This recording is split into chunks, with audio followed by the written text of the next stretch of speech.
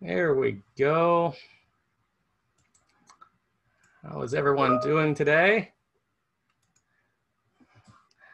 Fantastic. I am so I'm going to have my screen so you can see me. You can everyone looks like we'll have everyone blacked out today except for Mr. Neal. I am excited that everyone is here today. Thank you for attending. I was waiting a couple minutes to let some other people join. We had about 30 people sign up. I'll take what we can get and get ready to get started. Let's make sure I've got everything set. I believe everyone has the ability. Santos, could you let's see if you're able to unmute yourself? Yeah. I just wanted to. All right. So if the group stays, reasonable around 15 people, doesn't get very large. If you have a question and you don't want to post it in the chat and you just want to ask, feel free to just let me know and open up and ask your question. But if you post it in the chat, we can post it for everyone to see later. And I'll get ready. I'll go ahead and get started here. Let's see what we got. Hope you guys like my incredible background that I've got back here, just to give you that appearance that I'm in this nice library and I'm smart. Yeah, it is an appearance. It is an appearance. That's what I will do here is I'm going to start sharing my screen, and we're gonna. There we go. Hopefully, everyone can see my PowerPoint. Real quick, I do have one of my former students is on our call, and her name is Reagan. Reagan, I'm going to have you come on and speak in just a few minutes, if that's okay. And can you unmute and let me know if you heard me? I hear you loud and clear. Thank you very much. I appreciate it. So I've got Reagan on here for a very specific reason, because one of the first things I want to look at, we're going to start here and look at the Holocaust Education Week, but we are going to look at a review of the impact of Holocaust education, the new mandate and tools for creating student-centered lessons. Some of you may have seen some of these things before, but if you are familiar or you're well versed with any of these tools, feel free to share them with some of the teachers in your schools, because not everybody is as well versed. And when Holocaust Education Week comes, some people might not be sure of what to do. And it will be really helpful if you've attended this presentation and have used some of the resources. If you are the educator at your school who's doing Holocaust education, or you have a lesson that you're going to do, share it. It's always beneficial. My name is Stephen Pointer, and I am the resource teacher at the Holocaust Memorial Resource Education Center. That is a mouthful. And I also work for Orange County, and I am the district resource teacher for Orange County. My position is to I go out to schools as well as speak to schools, speak to teachers, give professional developments, as well as assist in the museum, try to write lesson plans and help you guys out in any way that I possibly can. Few housekeeping notes. Ask any questions that you have and put them in the chat box, or again, you can raise your hand. Our group isn't that large. The session is being recorded, and you will be given a link at the end of the presentation for some of the resources that I'm actually giving to you to be able to use in your classrooms, and also for a survey I'd like you to take at the end. I'd really like to get a feedback on what works, what doesn't. I know right now you guys are super busy, and we've actually, it's funny, they've got school down the street, Avalon Elementary, is just halfway shut down because of COVID, and there are a lot of stresses on teachers. There are a lot of stresses on students. And I know we're still pushing for more and more, and it's really difficult. And I do take that into account, and I want to be able to help in any way that I can. The center wants to be able to help in any way that they can. So feel free to reach out if you need help in lesson plans. and tying Holocaust education into your course that week. Also, if you need someone to come to your class or virtually or in person to speak, we'd be happy to do so, or arrange for, if you don't want to hear me speak, and that's perfectly okay. Well, you know, we can get somebody to come in and speak. We've got a few wonderful guest speakers who can speak to, we just had one do a Zoom call the other day about refugees and at the middle school level, and also talked about the voyage of the St. Louis. So, and if you need to know more about that, I'll be happy to share. But if you're interested, feel free to reach out and let me know. Uh-oh, and I have jumped a page. So the purpose of today's meeting is to review the impact and importance of Holocaust education, introduce new Holocaust legislation, review traditional and recommended approaches to teaching the Holocaust, and understand some digital curriculum resource materials that are available to plan for engaging instruction or teaching lessons using the Holocaust. I love reading line by line. So first I'm going to overview Holocaust education. I'll introduce the standards. We'll review some approaches and guidelines, digital resources, some closing questions, and I will have some questions along the way. I would like to get, I'd like to engage you guys as much as possible. For those of you that, I've actually considered using Nearpod, and I'm going to show you guys this as an example. Many of you have used it, some of you have not. So I ask you to bear with me as I'm showing off some tools that you may or may not know how to use. And if there are ways that you use it that I haven't, and I haven't thought of, and there are many things that I haven't thought of, I would love for you to jump in and share with everybody, because I think the more we share, the more we care. And let's see. So who, real quick, if you could just let me know in the chat box or even by unmuting yourself, who has seen these headlines? And that's why I'm just, yeah, I'm wondering if, let's see. Yeah.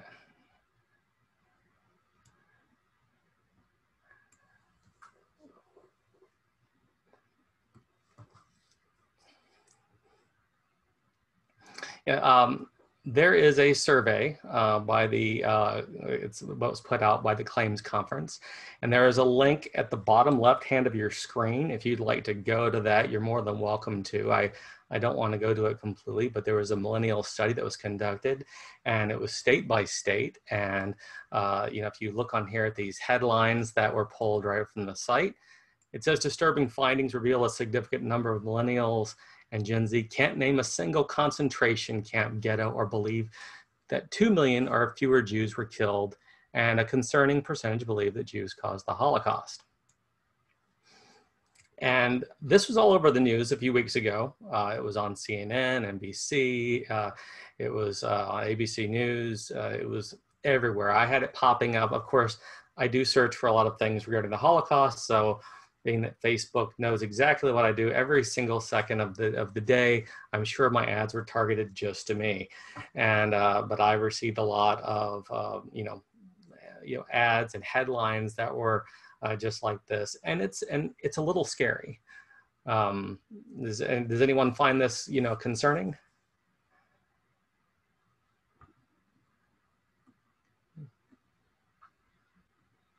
I'm kind of looking for a little. No, I do. Hi, it's Debbie. I do. Hi, Debbie. Yeah, it's yeah. Well, I mean, what do you think the most shocking thing on here? What really concerns you the most? I think the complete. I think it's shocking that they would think Jews caused this. I think that's what you said. That some people thought Jews had caused the Holocaust. I think that's shocking. I also think it's shocking that people can't name one of the prison camps. I think it's incredible. Yeah, it's something that it makes you, when headlines like this come out, it makes people think there is think to themselves, are we doing enough? I mean, how can you be alive and not have heard at least of Auschwitz? I'm sorry. Go ahead. I think what concerns me the most is that the chance that this could reoccur in the world, not just against Jewish people, but against people, I don't know, Black people, white people, Catholic, any kind of thing, poor people, immigrants. Look at what's happening to the immigrants, that so many of them were operated on without their knowledge, so many women. I mean, it's very concerning to me that the civil liberties of people, I think it could happen again if we don't admit it's happened before. It is very concerning. Yeah, and this comes out and the headlines take off, and you wonder, are we, I've seen comments on Facebook, we're not teaching kids enough. And a lot of people put the failing on the education system, that this is the fault of, the teachers, that we don't, talk about the Holocaust. We don't teach about the Holocaust. And at the end, even on the survey, they did find in the survey that most of these respondents did feel that we should be teaching about, I believe it was over 90% believe that we should be teaching about the Holocaust and be teaching it more. It's a matter of, how we teach. And one of the things I wanted to, consider, because there's a reason why I bring this up as to the importance. If you haven't seen the news lately, the Holocaust Memorial Resource and Education Center has recently partnered with the USC Shoah Foundation, I'm going to show you guys a little tool that'll really help you out in your classrooms. But Mr. Stephen Smith, and if you look on here in the bottom left, he is the executive director and chair of the Shoah Foundation, and he had a couple of things to say on this. He said, and I thought this was an interesting article, and it really makes you put things in perspective, because the Claims Conference really looked at their content in a bubble, and they looked at just knowledge. And I want you to think of the average person on the street and their knowledge. The Claims Conference said, the person had definitely heard of the Holocaust. 78% said they had. Could name only one concentration camp and a death camp or a ghetto. 52% could name at least one. And knows 6 million Jews were killed. 37% did. And these are questions to be asked for sure, but none of these are the reason why we teach about the Holocaust.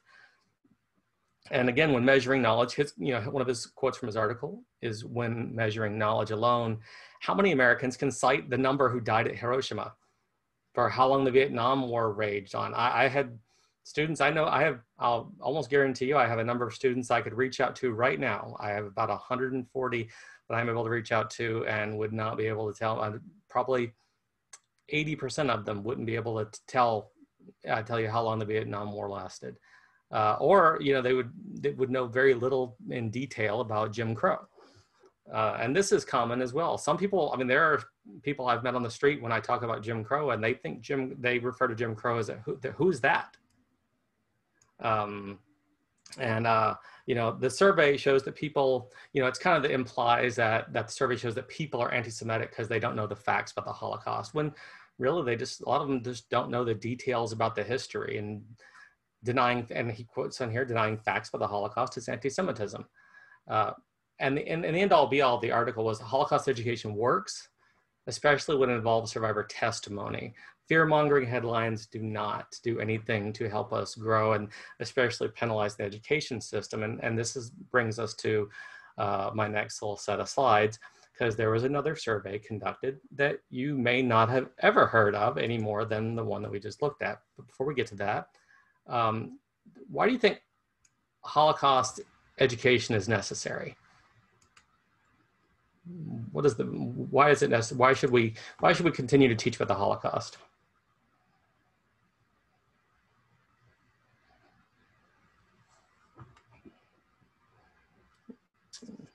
And Nancy, I see you put on here. Okay, I've got prevent it from happening again. Keep the knowledge from fading away. Anybody else want to contribute what the one of the benefits of why is it necessary for a Holocaust education? If you're teaching in a classroom and you've I think, have you heard the term, you've heard SEL, social emotional learning? When you look at social emotional learning, I think many elements of studying the Holocaust lend itself to teaching kids to think, with social emotional learning skills, including as educators. Reagan Tobianson, advocating for others and paying attention to political climates. If this is, Reagan, I love this, because we hear a lot, the typical answer is to keep it from happening again. And not that that's not a correct answer, that is, but, to teach you to engage civically, responsibly, to teach students to what their role is in society. Isn't it that important? We'd hope that their government classes would do that. And a lot of students have different reasons why they, but why do kids check out? I mean, I've taught government, I've taught AP US history, and I could never get kids to engage the way I could in a Holocaust class. And not because my students were obsessed with, the worst parts. I didn't get to the death camps until my last month, after in a 5-month course. And we only spent about a week covering that. My class was built around showing how the Holocaust happened. Because I mean, if you're familiar and you're all great educators, and I'm sure you know that only one thing ended the Holocaust, and that was the end of World War II and the Allies winning. The Holocaust, once it had gotten rolling, it's very difficult to stop once everything had already gotten to a certain point, and everything had built over a long period of time. And there's a lot more to show students than just pictures of death camps. So I see that Ms. Coombs has posted in here the Echoes and Reflections report, which I was alluding to. There's another link at the bottom. You can take a look at this report for Echoes and Reflections. And this was a survey of about 1,500 students. And these were students. This is a little bit different than the average, than the last report that we looked at. But I think it's a little more promising. If you look at the geography, it's fairly representative of people throughout the United States, male, female, and spread across different races. And we also, look at the demographics, are spread out well. Education status, 90% were full-time college students and 75% are attending public colleges. 87% graduated from a public high school. So what were the findings here? Well, the first finding was students with Holocaust education report having a greater knowledge about the Holocaust than their peers, of course, and they understand its value. Probably, wouldn't be, you wouldn't expect any less. If a student has actually had a Holocaust education, you would expect that they would have greater knowledge about the Holocaust. And again, we're not looking at to measure, can you name, even my students, can you name, 5 camps? Can you name all the dates, of the major events of the Holocaust? Can you show me where, and these things are important, but they're not for the average person, and they're not necessarily, again, the reason why we're teaching about the Holocaust. Everything is important, just not in a vacuum. Students with Holocaust education have had more pluralistic attitudes and are more open to differing viewpoints, according to this survey. And finding number 3, the students with Holocaust education report a greater willingness to challenge intolerant behavior in others. And, we referred these people as upstanders. And I think that's important, and it's important to teach students today. And students who learn about the Holocaust through survivor testimony show higher critical thinking skills and greater sense of social responsibility and civic efficacy. The Holocaust spreads across many disciplines. And it's, I was saying this the other day, I was called into a class, and the schools I've gone into, I've got teachers who are not history teachers, but are ELA teachers, who are reading the book Refugee. And they are really working to bring the story of the St. Louis, and the Holocaust is a refugee. Every element has a refugee story tied to it, but also overlapping with the story of Cuban refugees, Syrian refugees, and kind of teaching the kids about their roles and responsibilities in the world, but by incorporating Holocaust education and through literacy. And it's really amazing. And there are various obstacles, but I think it's really important that we continue to teach Holocaust education in that manner, because these are the things we can get from students.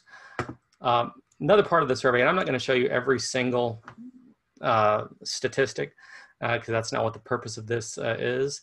But if you look on here, this is different than being able to name camps, being able to name dates, being able to name the number of Jews killed in the Holocaust.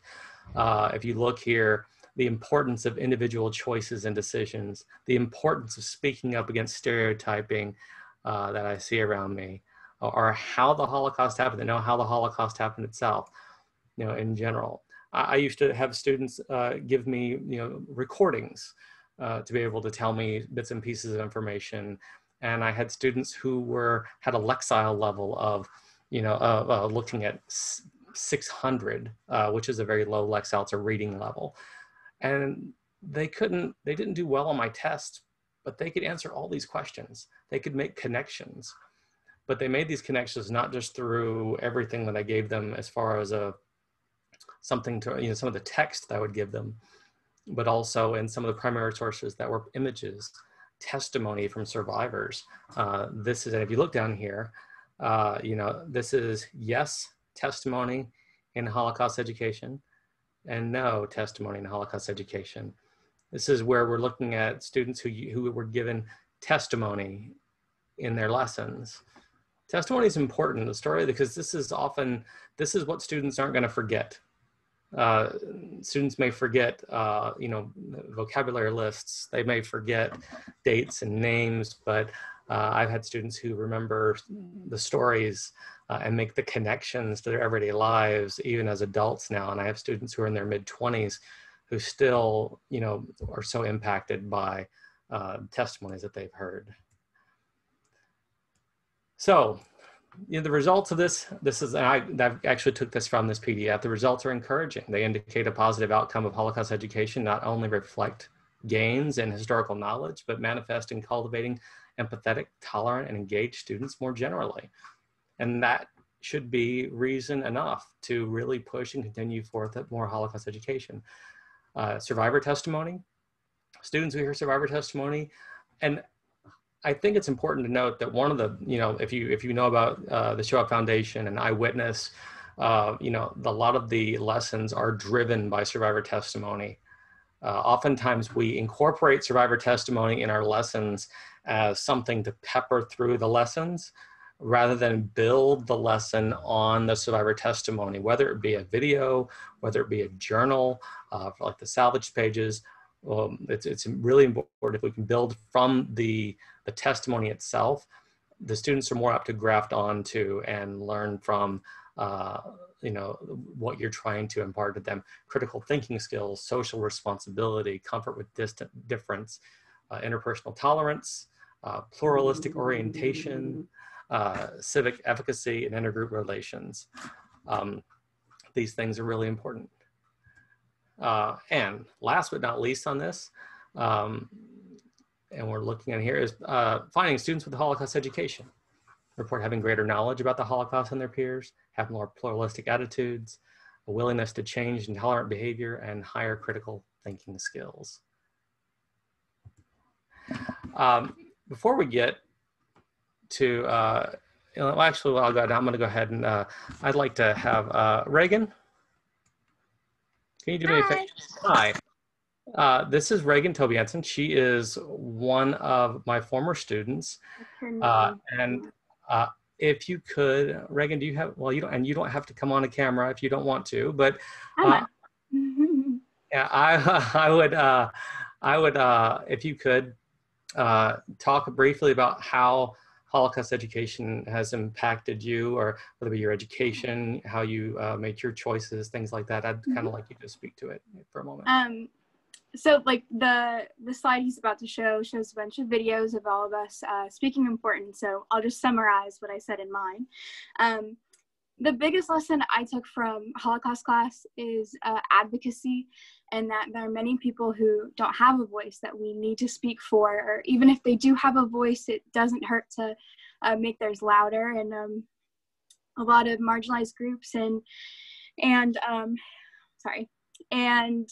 minorities within our country, like currently, are calling for change. And so from the lessons I took in Holocaust, I now know to advocate for those people and to raise their voices the way that the people targeted within the Holocaust would have wanted.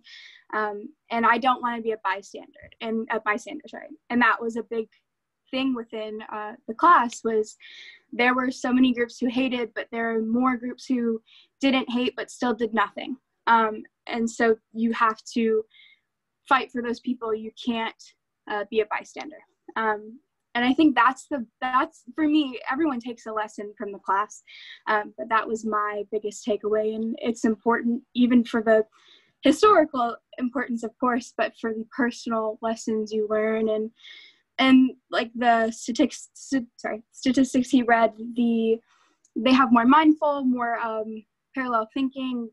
Like if someone is being bullied in my class for something they cannot control, I'm not going to sit and watch. Like, that's so painful to me, to just sit and watch. I can't imagine myself in that scenario, facing that. And which I believe wholeheartedly I would not feel so strongly if I hadn't taken Holocaust, and I wouldn't know the importance of stepping up if I hadn't taken the class. Fantastic. Thank you very much, Reagan. And if any of you have any questions for any of my students that aren't quizzes, you may feel free to reach out and ask. And I do have one more. Brandon, are you on here, Mr. Polikas?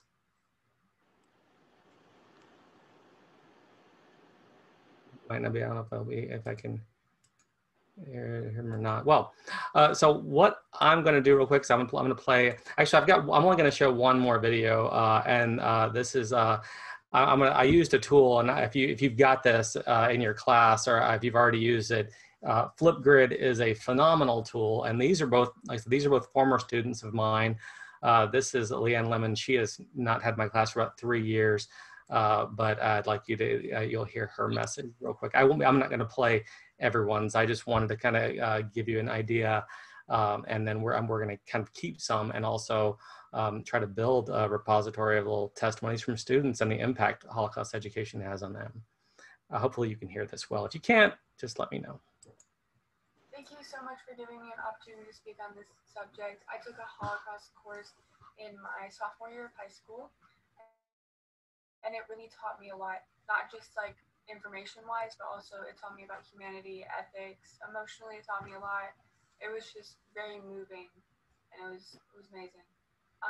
One of my main takeaways from the class is to fight for what's right, even if you're fighting alone, because there were groups and organizations that were helping the Jews who were facing these injustices, but a lot of people kind of turned a blind eye to it and were like, oh, well, we can't do anything about it. But you can. If you fight for what's right, even if it's just you, you can change things. One of my favorite quotes is, if you are neutral in situations of injustice, you are on the side of the oppressor, and it's by Desmond Tutu.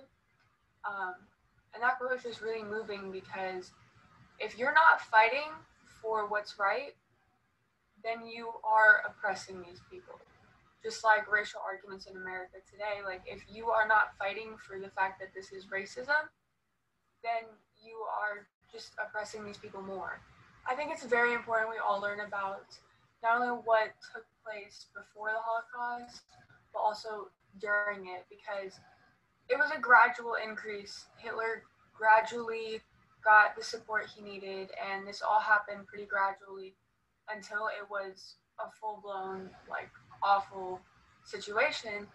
And history categorically repeats itself, so I think it's very important that we all learn how to prevent situations like this in the future, and also to speak out on what is right, even if you're alone in it. Like, I also met a Holocaust survivor in my time in the class, and you can read testimonials and you can understand them and you can understand what happened to some of these people, but until someone who went through this injustice and this awful time sits down and tells you about it, it doesn't really click. And I think that was probably the most important part of the entire class, just seeing someone who went through this tell us about it was just entirely moving.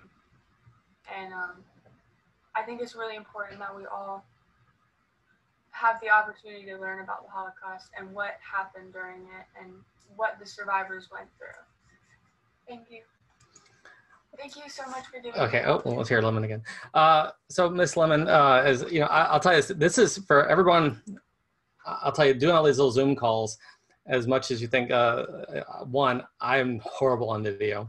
I don't know if I'm any better in person, but but this is hard for these students, and especially being out of, you know, not even taking the class. So them taking the time, I'm always excited because anytime any of my students remember anything from, like, you know, a month ago, you know, let alone a few years ago, is always like, you know, it builds me up, makes me feel like, you know, especially when you think about Holocaust education. And I always want to say, when I looked at those initial surveys, I want to say, well, do you interview these kids? Because we've got great kids. All of us have great kids, and we have great opportunities to impart things to them that are so much more important than just delivering content. And I know there are a lot of obstacles, but I think there's a way to deliver that content in such a way that could be meaningful, and really, really stay with students for more time than just you know, the lesson, especially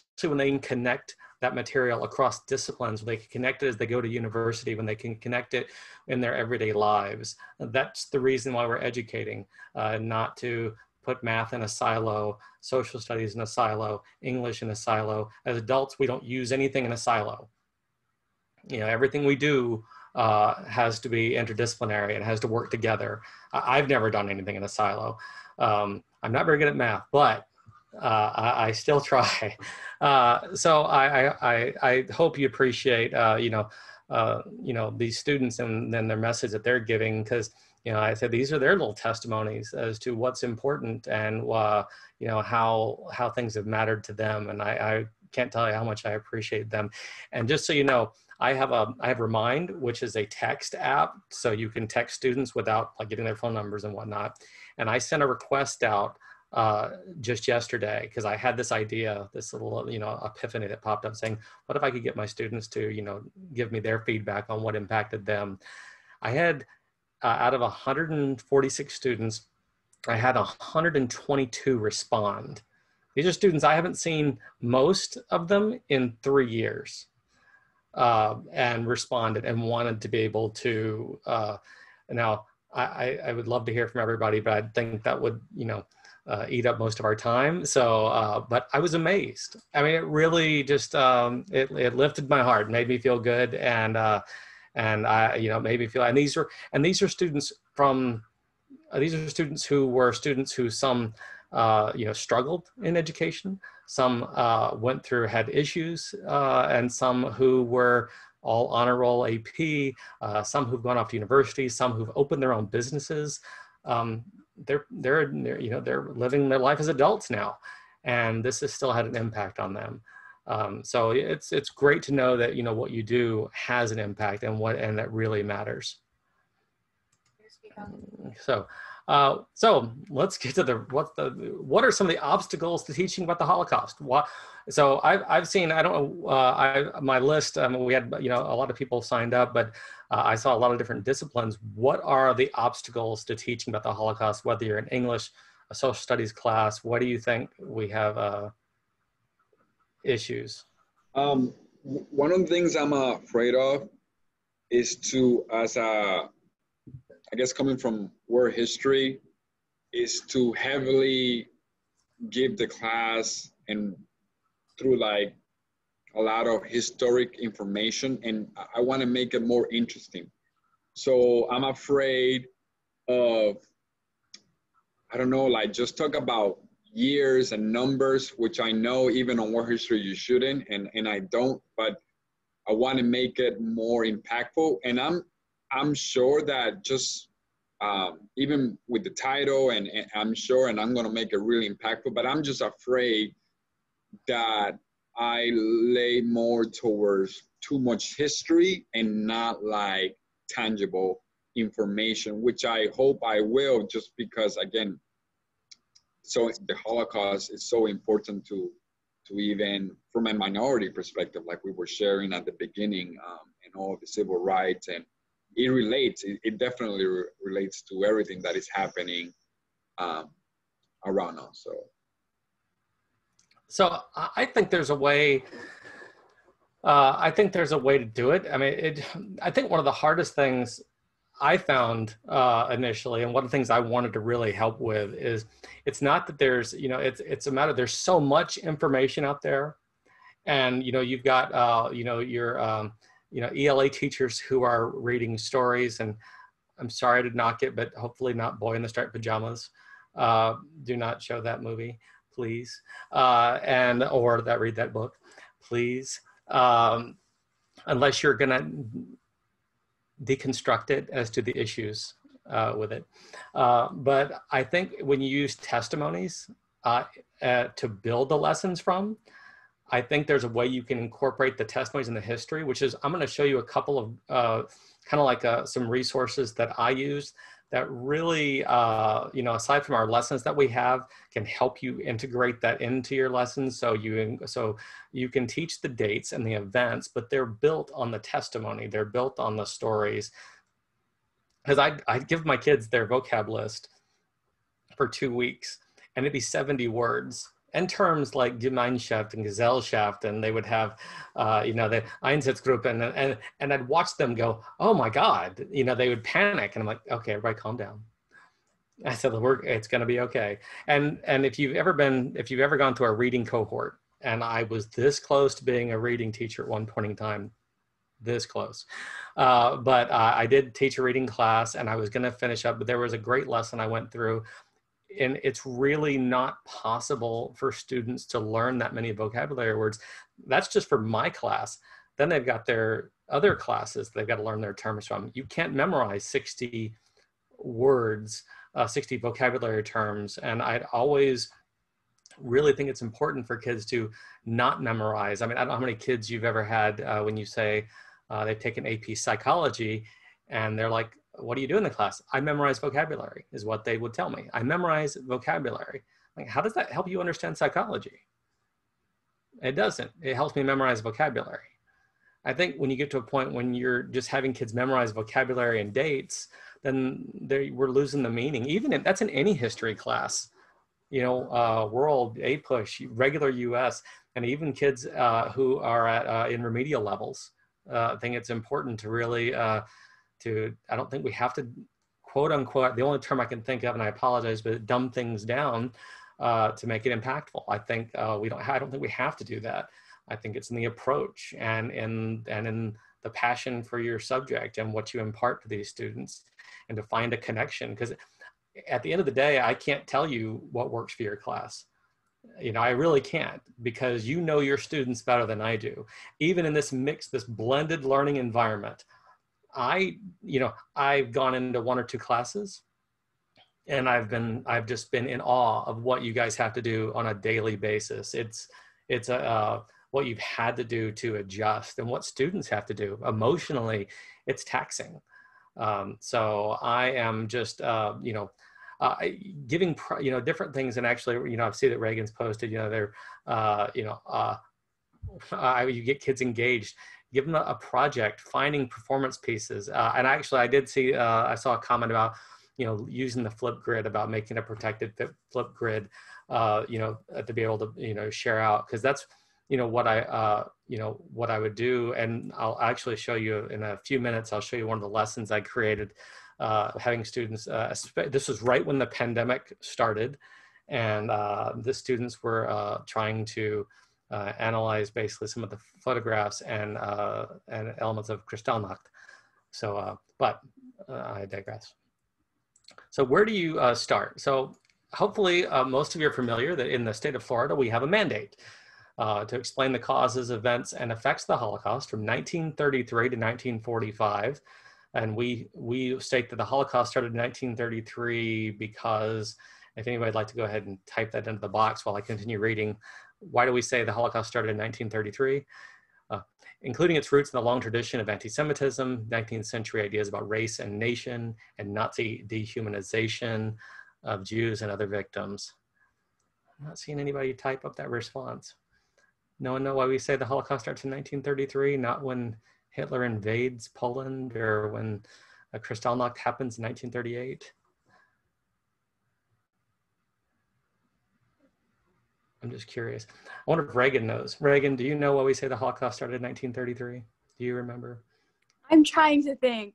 I'm genuinely trying to delve from the teachings 3 years ago to remember. I understand. Something significant happens in 1933. I'm going to go ahead. I'm going to let y'all sit on that, and then I'm going to go ahead and go to the next slide, like a good teacher, and not give you the answer. So the Holocaust Mandate, now here's the thing. The Holocaust Mandate typically has always been addressed, at least from what I've always seen, is been in, if you could be more specific in that response that the Nazi Party assumes control, you're getting warm. Hitler becomes Chancellor of Germany. Yes, Hitler is appointed Chancellor of Germany. And he's actually officially appointed in January of 1933. He did not get enough votes to officially be elected. But he is appointed Chancellor because the Nazi Party has enough seats that they feel they can control him. So he gets appointed Chancellor in 1933, and the first anti-Jewish laws are passed within months. Within a month, he starts seeing a lot of anti-Jewish acts begin from the Jewish boycott all the way through the removing Jews from civil service schools, etc. All happens in 1933, and you have to look at that early to see. That's why I tell everyone when they say Hitler took over, Hitler did not take over, and there was a long process between. And Hitler did not become the Führer, the leader, until Hindenburg dies in 1934. But that's why we say Hitler. We use 1933 as the start date of the Holocaust. And oftentimes in world history and other classes, in those history books, you'll see like picture of Kristallnacht will be on the 1 or 2 pages that cover the Holocaust. And that is because that is one of the first open state-sponsored acts of violence against Jews. That's widely published even in the United States, where we see a response. But we knew about a lot of things happening up until then. But that's one of the big watershed events that happens that signifies to a lot of it begins the Jewish refugee crisis. The history of the Holocaust, the systematic planned annihilation of European Jews and other groups by Nazi Germany. Again, this is where it's really important. An investigation of human behavior, an understanding of the ramifications of prejudice, racism, and stereotyping, and an examination of what it means to be a responsible and respectful person for the purposes of encouraging tolerance, of diversity in a pluralistic society for nurturing and protecting democratic values and institutions. This could be taught in ELA, world history, U.S. history, civics. There are elements in here. It can be told in stories, sociology, anthropology. There are, there's probably even elements in some things if you want to talk about, eugenics, where you can look into, and if you want to learn more about eugenics, I'd be happy to talk with you later. But, was it the pseudoscience of eugenics, even covering people in science classes, government, even as seniors. I think there are ways that you can, incorporate this into your lessons. So the one problem with the Holocaust Mandate as it was written was, honestly, most people didn't really follow it. There were no teeth in the legislation. And the only times you would really talk about the Holocaust oftentimes were in middle school in middle school English classes, kids would read Night, or they would read The Diary of Anne Frank, if that, in the state of Florida. And then on top of that, we have school principals who are telling parents that the Holocaust, he can't prove that the Holocaust really ever happened, or say because he's a school official that he can't say that the Holocaust ever happened. I guess that's a thing. But you know, that was, you know, something recent. I mean, can you imagine an educated individual who's been put in charge of a school telling a teacher, start telling teachers or telling parents in South Florida, of all places, that they weren't sure that the Holocaust ever happened, and had and couldn't speak to that as an employee of the school district. Well, as an employee of the school district and the FDOE, yes, the Holocaust happened, and it is not up for it's not for debate. And if you've ever read any books on anti-Semitism, or any even seen some of the movies on Holocaust denial, most people will tell you that it's best. I don't really debate people about whether the Holocaust happened or not. The Holocaust happened. It's not a really debatable subject per se. I mean, there are, even when we look at all the evidence, if you can, it's ridiculous to be able to even think you can deny it, that it happened. So a couple of things weren't covered in the mandate. Anti-Semitism. So one of the new policies also includes the study of a specified policy against anti-Semitism in instruction, requiring school districts now to certify and provide evidence to the DOE that certain instructional requirements have been met, authorizing the department to work with a task force and other entities for these purposes. So the task force has actually been created and has put together resources to be able to submit out to the districts. And our goal then is to make sure these districts have the tools they need to be able to submit evidence back to the DOE, because if they don't submit evidence back to the DOE as a district, it can affect their funding. The bill also designates the second week in November as Holocaust Education Week in recognition of the anniversary of Kristallnacht, which is, of course, a precipitating event that led to the Holocaust. And it's held in the second week in November. And what we are trying to do is hopefully trying to be a resource for schools, not just for individual teachers, but for administrators who'd like a list of maybe activities they can do through their school.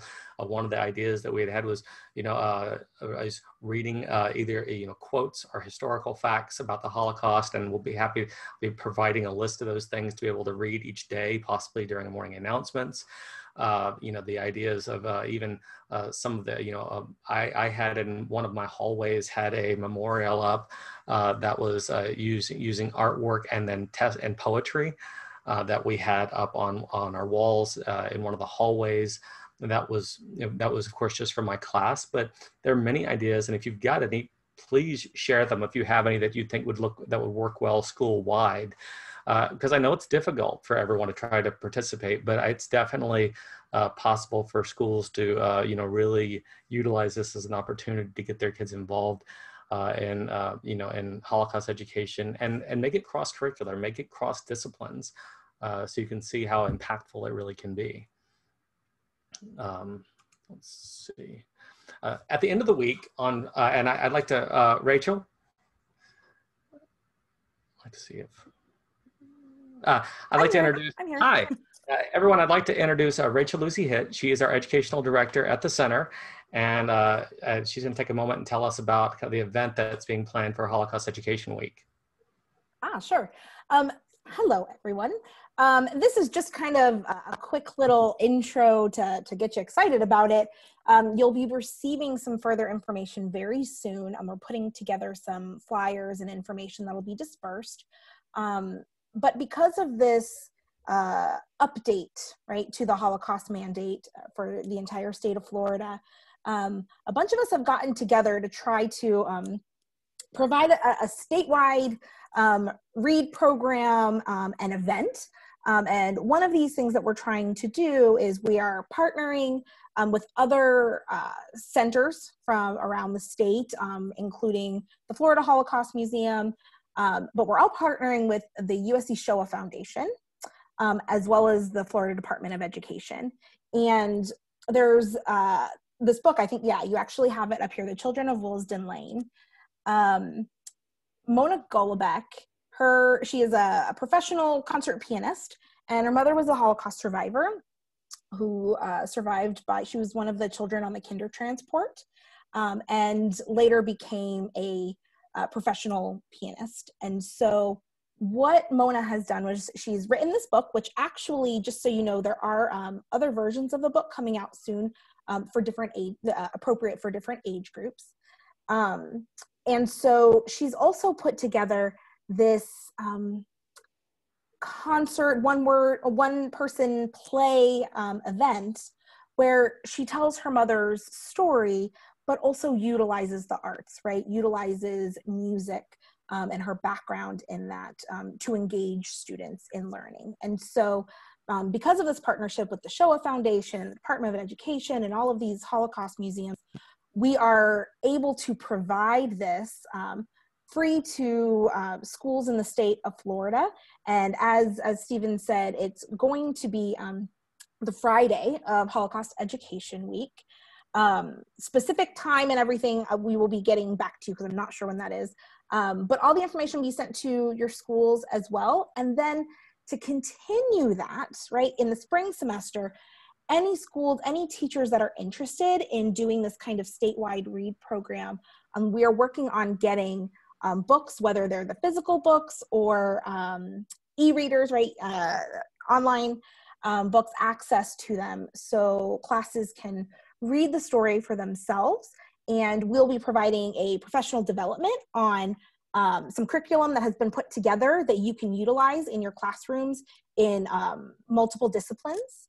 And then we are going to try to do also a follow-up event for all of those students and teachers that actually participate in the second part in the spring. So this is just one of the things that we're trying to work with other Holocaust educators in the state to be able to provide, as well as all of the things that Stephen is doing and providing and resources that he's going to be showing you today. So we just wanted you to be aware of it, that it's coming up, and you'll be receiving some information very shortly. We're very excited about it. Thank you, Rachel.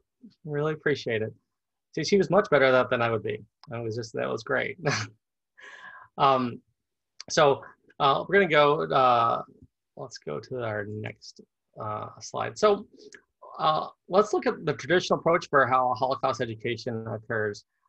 Typically, the narrative begins with Adolf Hitler and the rise of the Nazi Party. And usually, factors are mainly, in the political, economic, and social conditions brought about by Germany's defeat from World War I and World War I. And you focus primarily on concentration camps and genocidal mass murder. Now, I've more often seen the latter, looking at number 3, oftentimes when, especially when you're looking at, you have Holocaust Education Week and an educator, real quick, Ms. Coombs asked a question, grade levels. Ms. Coombs, are you referring to the children of Willesden Lane?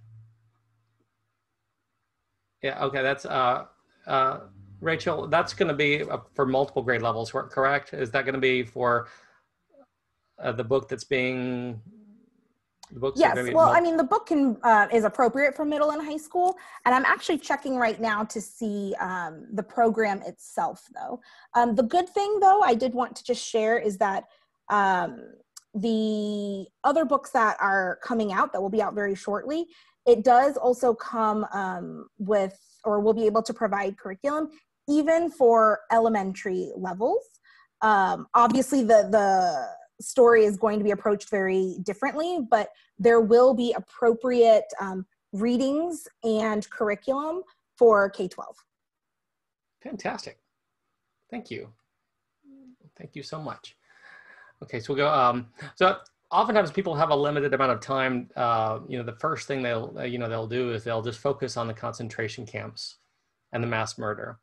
And again, I know what the intention is, but the intention also oftentimes can miss the mark of why we're teaching about the Holocaust, and the intention and what is oftentimes going down a direction that has the kids. I've met students who've said, you know, I learned about the Holocaust and all the stuff in the camps, and I'm terrified. I don't want to go to museums and learn more because it's just too scary. I've had parents say the exact same thing.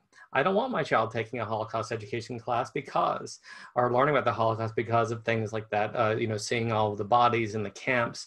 And well, in a Holocaust class or teaching, and when you're going through a good lesson, there's no need to necessarily drench everyone with, you know, or again, teaching in a vacuum about what's going on in the, you know, the camps as far as the death camps goes. It's not necessary. But this is often, you know, these are the steps or the approach that we typically see in most classrooms. We don't look at early anti-Semitism. We don't look at the formation of Germany and the Weimar Republic. You know, also we look past, you know, some of the other causes of, you know, the rise of the Nazi Party. You know, we don't really go into detail some of the elements that, you know, between the Treaty of Versailles and some of the deep conditions that were going on that really broke Germany's democracy apart, because it's really important to understand that Germany's democracy was new. And, you know, people say, oh, how can you let one man be in charge of everything? Well, how can't you? Because I mean, most European nations at that point in time, prior to the 1930s, looking in the earlier part of the century, had all been ruled by czars and kaisers and kings. So it was very common to have one person ruling a country. You know, there are just other details that we leave out, and they're important details. But again, the issue is often time. You know, how do you accomplish this without, you know, you want to be precise with your language and with what you're teaching. So, you know, again, we're gonna look at the problems. They tend to isolate the Nazi ideas from the context of German and European history. We ignore non-Nazi and non-German perpetrators and collaborators. A lot of times people talk about the SS, they talk about the brown shirts. We talk about the, you know, a lot of the, you know, Himmler, Heydrich. We talk about Hitler, you know, military aspects of what was going on during the Holocaust. But a lot is left out often, looking at the role of ordinary citizens and, you know, the bystanders. And more often than not, if an event like this was to happen, you know, the collaborators were people who, you know, were oftentimes just ordinary citizens, bystanders. Some were full collaborators, some were just bystanders. Or it tends to focus on, you know, the extraordinary crimes, which are basically, you know, looking at the death camps. So at the end of the day, what I'm getting ready to talk to you about is there's no single correct way of teaching. There's no ideal methodology appropriate for all educators and their learners. It's for any subject. You know your class better than I do. The recommendations offered here are based on practical experience and are intended to be useful to school teachers and other educators in constructing their own schemes of work, taking into account the learning needs of individuals and your students in your classes. You know your classes better than I, and you'll know what will work for them, which can make it harder. But if you ever come to me and you tell me a particular element of the Holocaust you're covering, and you give me the demographics of your classroom, how your class, what type of material works best for them, I will help put together a lesson for you. One thing that Reagan has mentioned up here is my students always ask about the wave. I was very privileged to be able to teach sociology for half the year and then Holocaust studies for the second half of the year. And I made it a big point to use sociology as a basis for how you study and analyze history and the Holocaust. And The Wave was a movie and a book that was based off of, back in the good old 1970s when it was considered appropriate to run experiments on random citizens and children. The Wave was kind of the story of a teacher who created a movement using an experiment in his class to recreate kind of the Nazi movement within this class to show his students that it could actually happen today and now. It's a very powerful movie, and I show there's two versions of it. There's one called, that was made in the 80s. It's very much like an after school special. And I have a lesson that goes with that. But my students were a little bit older, and I used the German version that's a little more modern. It was made in 2011 called Die Welle, which is the wave in German. I said it's a little more modern. It's a little more, I say it's got an edge of dramatic to it. It's, you know, to the experiment, but we would go over it, and we would just kind of break the movie apart and deconstruct it. But it had a huge impact on my students as far as the understanding, you know, how mentality like that assumes control, and it's in such a short period of time. So it's if you get a chance to watch Die Welle, it's DIEWELLE, or watch The Wave, or read the book The Wave. Has anyone read it or read about the experiment? And I have not posted this lesson, but if you would like me to send you or email you a copy, reach out to me or leave me your email, or I will send you a copy of the lesson to be able to use, and you will have to preview the movie to determine if it's appropriate for your students or not. But I think it's a phenomenal way to kind of integrate sociology, psychology into you know, into your classroom, and to really get kids to really think about you know, how people can be influenced and lured in by, you know, an authoritarian personality and that kind of like, you know, groupthink behavior. Fantastic. I will send that over. So other considerations to think about, and some, you know, seem better than others depending on what your time frame is and what your classes are. You can begin with the Enlightenment era and the origins of the Jewish question. You know, Hitler did not come up with the idea of ghettos on his own, nor were the Jewish stars first put on Jews by Hitler. When you hear about the stars being sewn on, that was not an original idea of the Nazis. You can consider, you know, looking at the origins of anti-Semitism. You can also, of course, this is common, especially what administrators would love for you to do, is practice close read documents. But this is important. There are so many documents that we leave out. Many of you have heard about Kristallnacht. And usually when I teach Kristallnacht, I post also the document, the communication. There's a great book called Documents of the Holocaust, and you don't have to have the book. You can usually use Jewish Virtual Library or the USHMM. There's some of the encyclopedias, but they will actually have the documents that are posted. And you can find documents posted, written communications by Nazis. And one of the communications actually went out giving orders to attack Jewish businesses, even though the Kristallnacht was played off as being a spontaneous riot. And, you know, we know from this communication that it wasn't, but I have kids, you know, dissect and close read the whole document and look at, in general, you know, what the communication means, and notice some of the points and some of the things my students will bring up, or look at it says, you know, do not touch, you know, do not touch or molest any Jews who are foreign, basically who are not from Germany. Do not let fires, do not put out any fires except for ones that spread to protect German businesses. It's just important because oftentimes if you look at the newspaper clippings in the United States, the Kristallnacht is regarded as riots, people going crazy all over Germany, not that it was a planned state-sponsored organized pogrom. Online testimonies, online testimonies, online testimonies. This is, I can't say this enough. And if you get a chance to speak to someone who's even a child of a survivor, or bring them into your class, even on a Zoom call, and we can help you do that, please do so. I get tired of hearing me talk, so do the kids.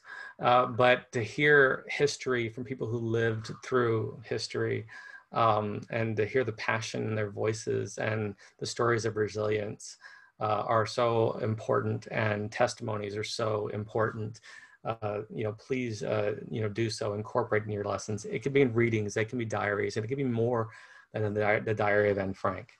There's a great book called The Salvaged Pages. That is a fantastic book with a lot of small diary entries in it, and you can get excerpts from it, and I'll be happy to build you a lesson outside of, using that, along with some testimony. And there's a video that you can get that's online called I'm Still Here. And it's kind of a reading of all of those diary entries, but it's done by celebrities who kind of read in the voices of the individuals, and it's very powerful. And well worth even, as far as using it in with a lesson plan. Emphasize the goal of removal, not just the tactic of genocide. There is a consistent goal in the beginning to get Jews to emigrate, to leave Germany, and to move them into other areas.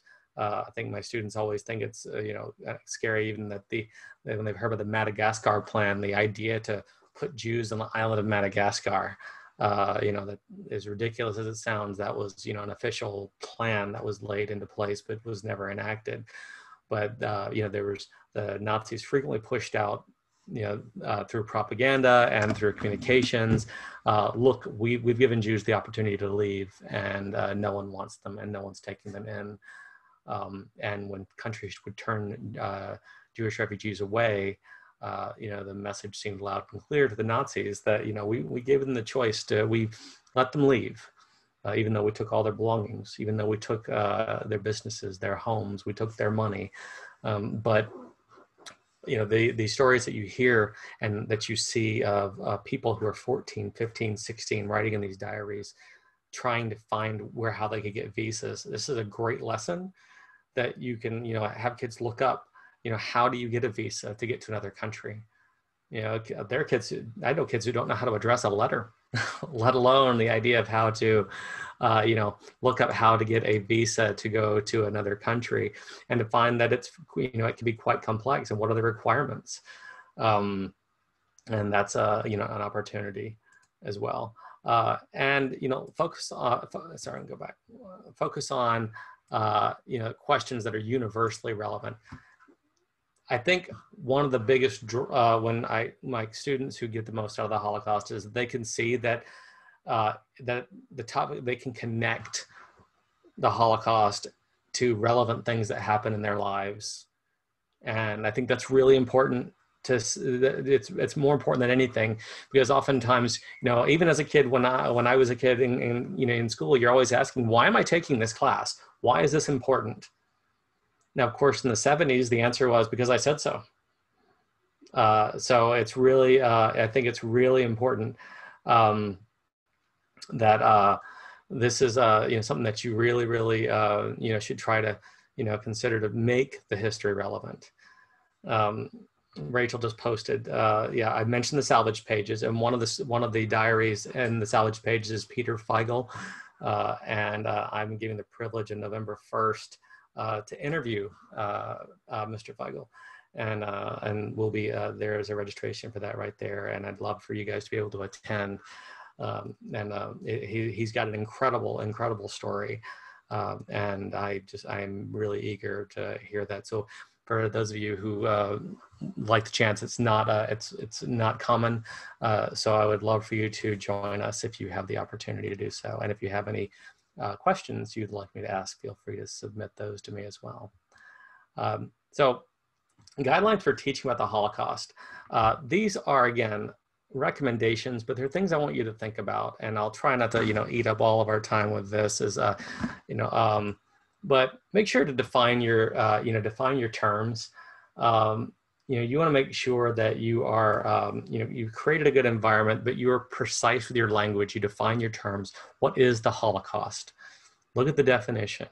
What does Holocaust mean? Because a lot of students don't know that Holocaust, the term Holocaust, the etymology is trial by fire, sacrifice by fire, and we see how it is presented. Well, another term is used to show a great catastrophe. And when we look at the Holocaust and how the term came to be, it's important to be precise when we talk about the Holocaust. That we're taught that we don't use terms in general, and we we want to minimize confusion from the start, and tell them what we're referencing. The Holocaust do not teach the Holocaust had to happen, that it was going to happen. The Holocaust was not inevitable. The fact that a historical event took place and has been documented doesn't mean that it had to happen. The Holocaust took place because individuals, groups, and nations made the decision to act or not to act.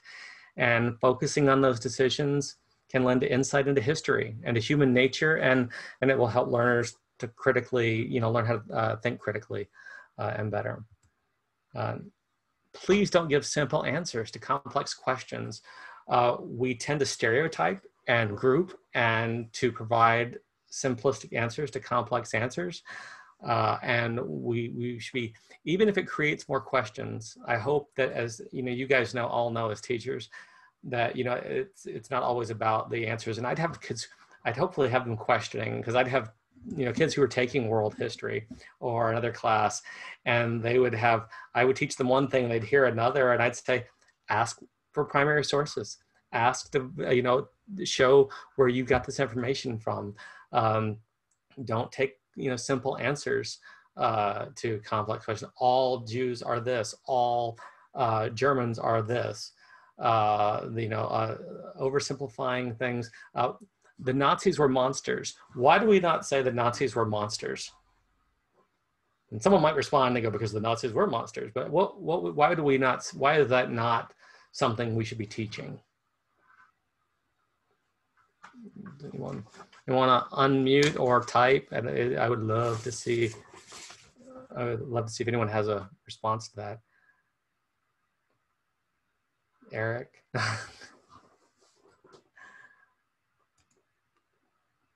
Oh, nobody. Do we need a break? So here, go ahead. So the question is, why Nazis? Why can we say that? Yeah, why don't we teach that the Nazis are monsters? Oh, I mean, I guess they're not literally monsters, right? We can start with that. Right. We're gonna get all right, but I guess we can say that we can teach that at some point many of them did not want to do what they were doing. I guess part of it, some were wanting to do it, but not all of them. Some of them were falling through pressure. In some sort of way, people think that all of them really wanted to do it, and that's not necessarily the truth, right? I mean, even though they were the majority of time conscious of their decisions, right? So very much so. I guess, I will start with that. And it's just sounds odd too to say that they were monsters. I mean, that is something that it was definitely wrong, and we have to understand that there were some pressure there, and I guess part of the conversation that is always good to bring within teaching the Holocaust is that this is why it's so important to stand up despite that the odds are against you and whatnot, because most likely other people could very much be thinking the same thing, but because of pressure, because of the force that is bigger than you is pushing through, most likely you could end up making the wrong decision. Very much so. Well, and that's, I got another question about it that says, okay, someone, why do I teach the Nazis were monsters? You really have, the answers are complex. And there's one more element I'd like for you to, add to that. Excuse me. Hey, yes. Hi. I didn't mean to interrupt you. I'm sorry. I always think when I tell my students, when they say always or never, to or all, or the word all, any of those words that are that include everything and everybody, are usually not applicable, not just because of the word itself and the fact that there are no when you use all or it's better to use most or many. And then I wondered, when the Nazi Party was first established, was it anti-Semitic or was it formed for a different reason? Well, the Nazi Party was always very nationalistic from its formation. From the time of its inception, the Nazi Party was very small. I mean, very, very small.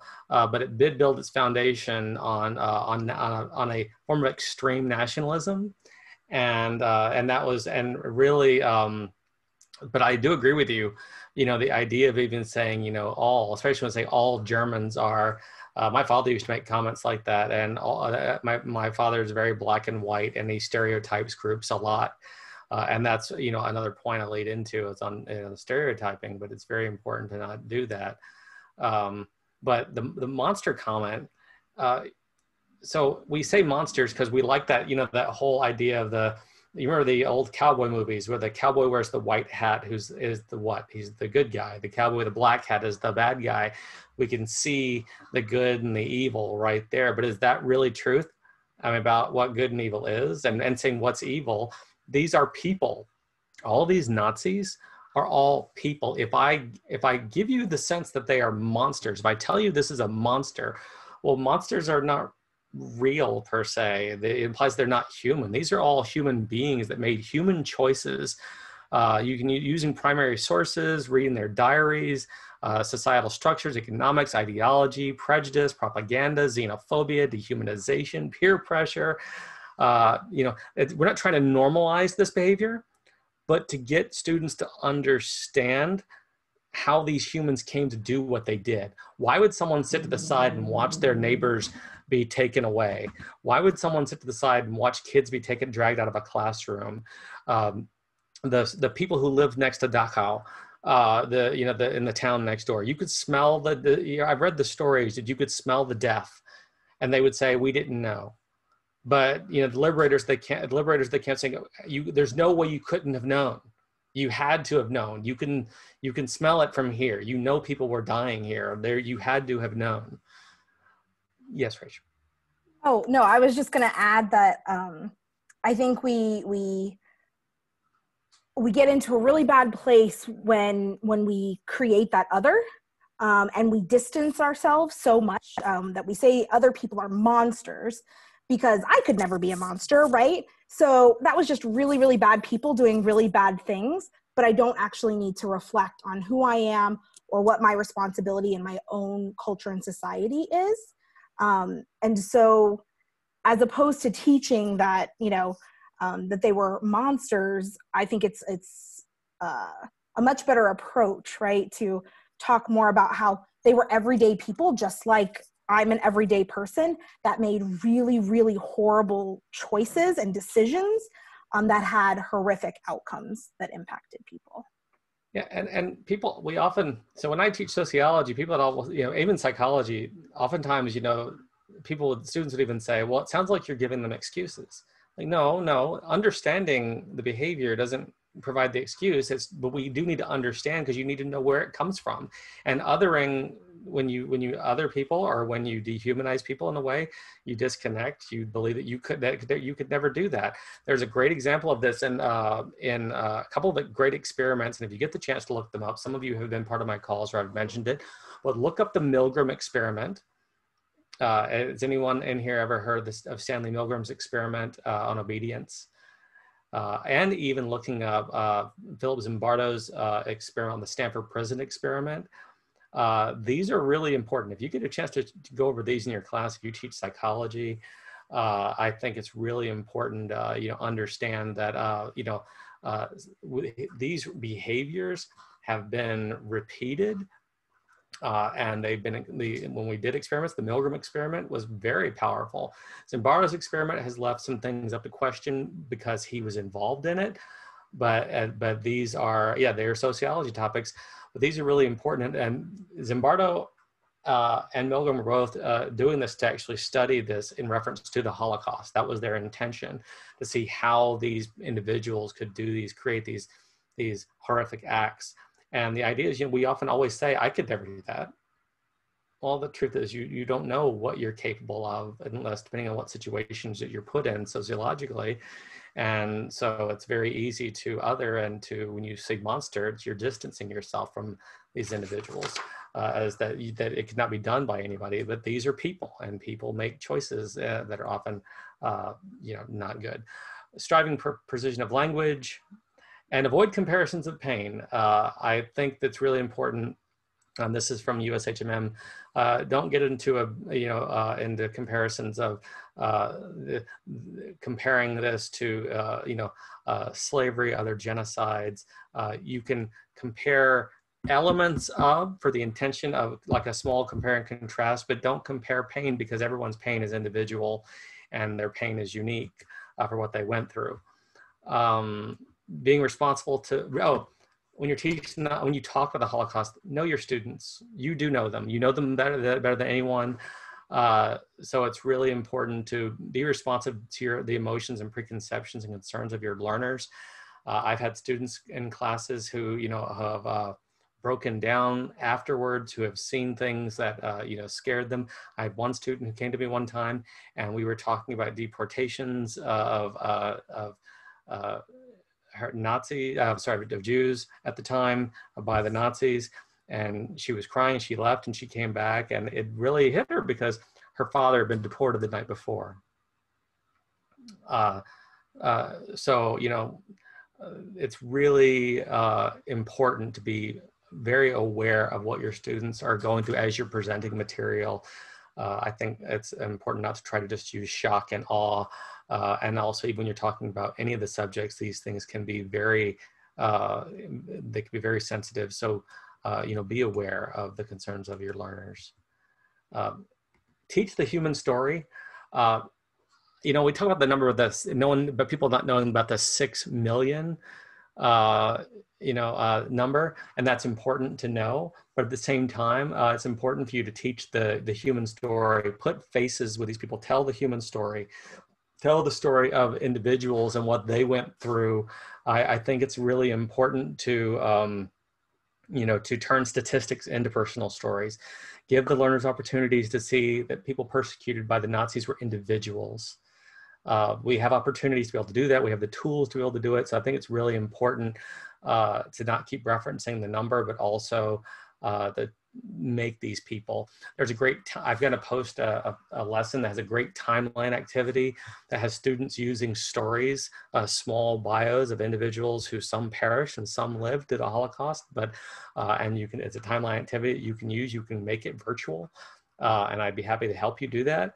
It can also be done in class, but it's really a great way to make stories personal and to, again, do this translation of statistics into human stories. Avoid simulations. And I'll say this probably in every presentation that I do. Now, that being said, there are some people and even some organizations that are doing things where they're doing simulations, even VR simulations, as far as like in a boxcar. I'm not personally a fan, but why do we avoid simulations, especially in the classroom, as best as possible?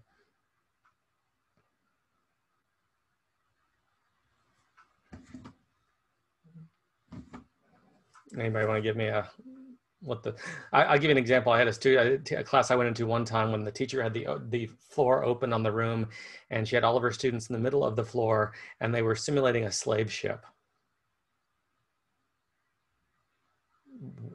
Can you tell me what the issue with that, even pedagogically, is? Why that's not really appropriate, or why it doesn't really have why it's not good to use in your class? The experiences are individual, and recreating it trivializes the pain. Reagan, recurring trauma. Okay, these are, all three of these are perfect answers. These are great. Recurring trauma, one, it can be traumatizing to your students. And two, it does trivialize the pain. You will never be able to create what it was like on a slave ship, in a boxcar, or in a camp, because if you were to even come close to what it was like, even in the treatment, you'd be arrested. Liability, yes, liability, you'd be arrested. You can't do it. On top of it, it does trivialize it. If you do any less, it's trivializing to what was actually done. It's better for you to find, witness testimony, stories. There's enough. I don't think it's necessary to teach the lessons of the Holocaust. Make the Holocaust relevant. We've talked a lot about that. And create opportunities to examine the complicated nature of roles that people play rather than reinforcing stereotypes. That's why I think it's important if you're going to teach the Holocaust, if you have a little background in sociology or psychology, it's definitely very helpful. But you don't have to, but I think it's important to not reinforce stereotypes and to help break down stereotypes as you approach and teach that.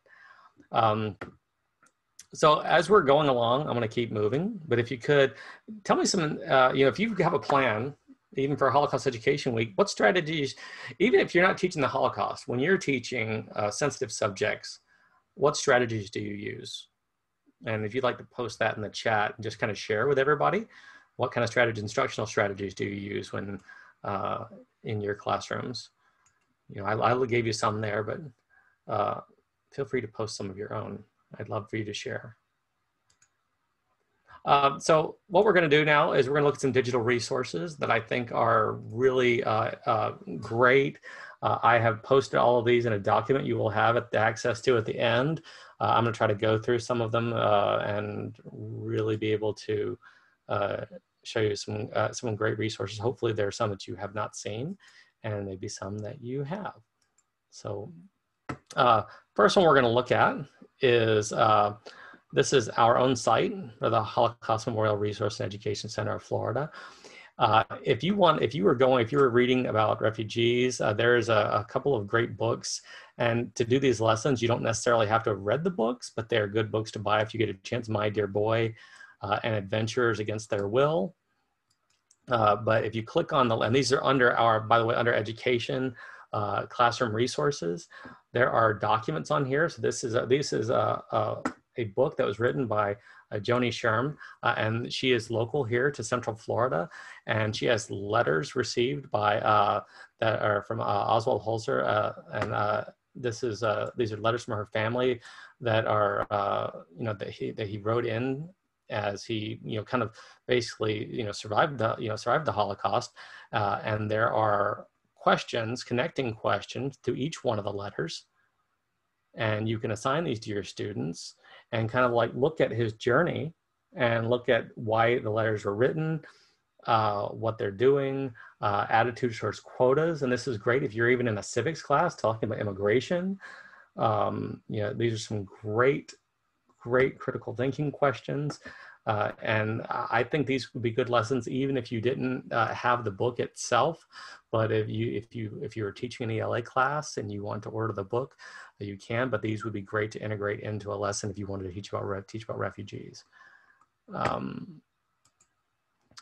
If you were looking broader, we have lessons per unit. Before the Holocaust, Unit 2, Nazi Germany, also looking at the final solution, as well as Jewish resistance, rescuers in the aftermath. We have lessons in each one of these sections that I think you'd find really useful. Thank you, Reagan. Appreciate you coming in. Thank you so much. But I think it's a great resource. We also are going to be putting together some, we have other resources aside from lessons we can tailor for you. If you'd like to have lessons tailored for your class, be happy to make some things work for you as best, especially for your size, and making sure that they're digital, especially given the situations that we're in now. My next site I'm going to go to, if you get a chance, and I'm going to give you all of these links, is Eyewitness. Now, I mentioned our partnership with the Shoah Foundation, USC Shoah Foundation. If you do not have time to create a full lesson and you feel that you are really, and you need something that's kind of a testimony-based canned lesson, as it can be fully put together, this is a great site to go to. It's a great site to use.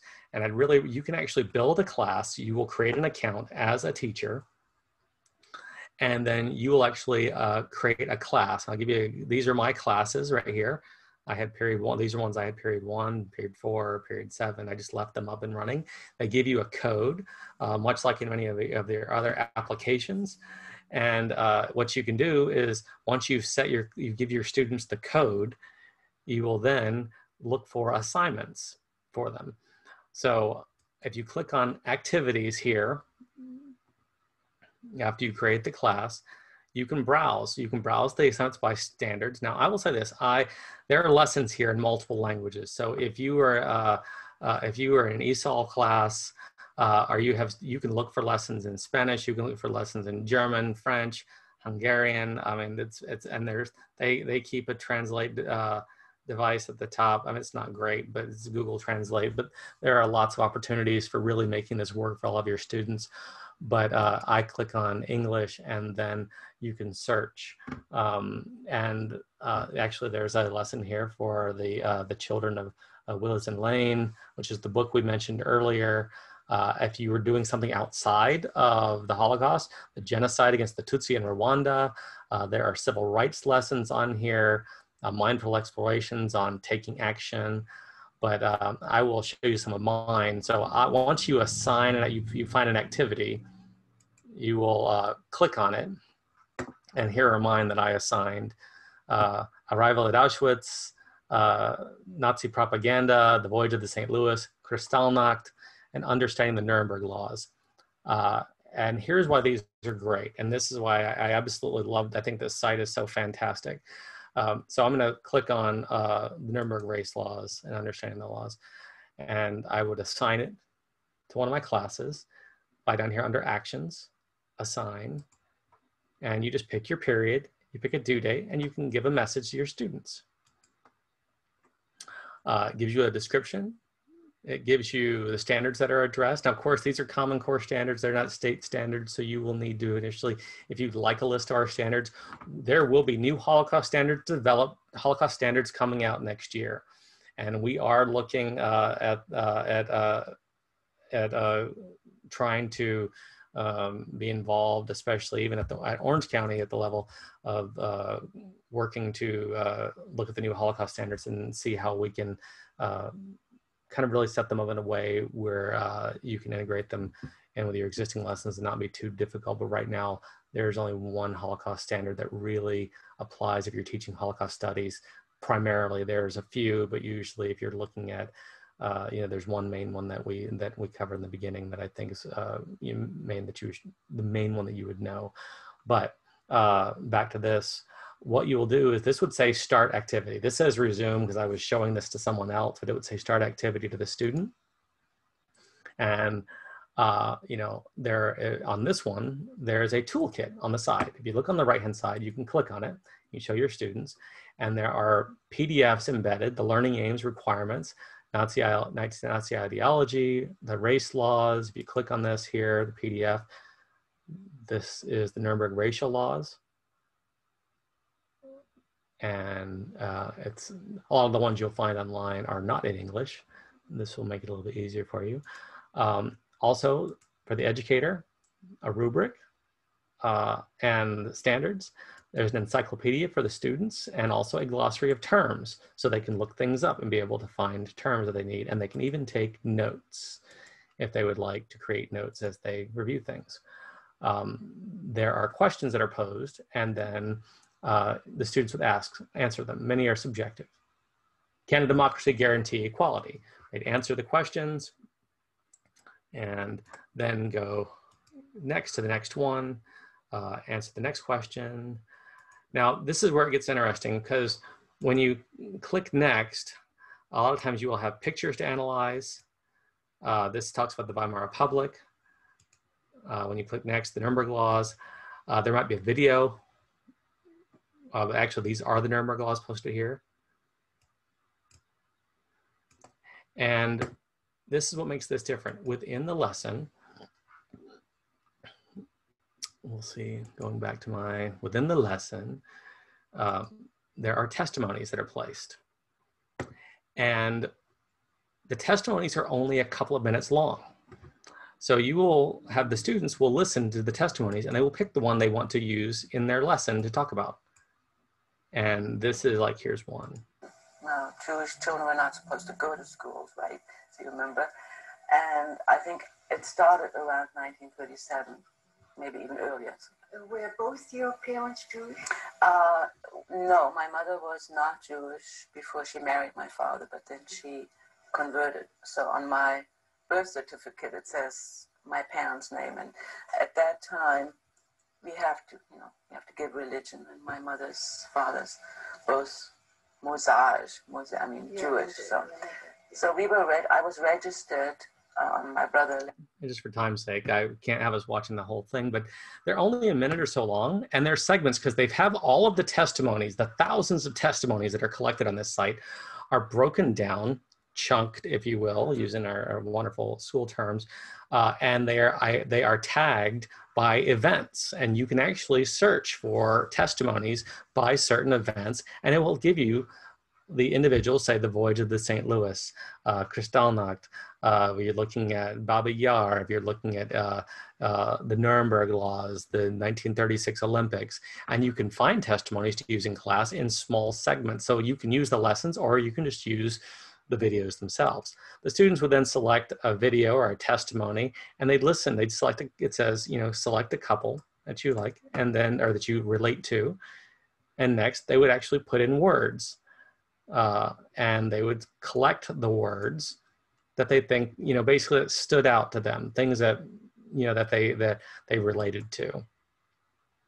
And after that, now this is, when you have 30 kids in a class, they will actually build like a collected word, and the kids can actually see how these words will pop out. Of course, this is just one. This is not all of my students that I had, but Jewish school, stones, sticks, he was talking about name calling, but the kids will then answer, you know, a question, how did they help, how the words you chose help you understand the impact of the Nuremberg laws. Once the kids are actually done, and they will hear, this goes back to another one, and their reflection, here are the words all together on the right-hand side. Now, you will put your description, your answer to the question over here.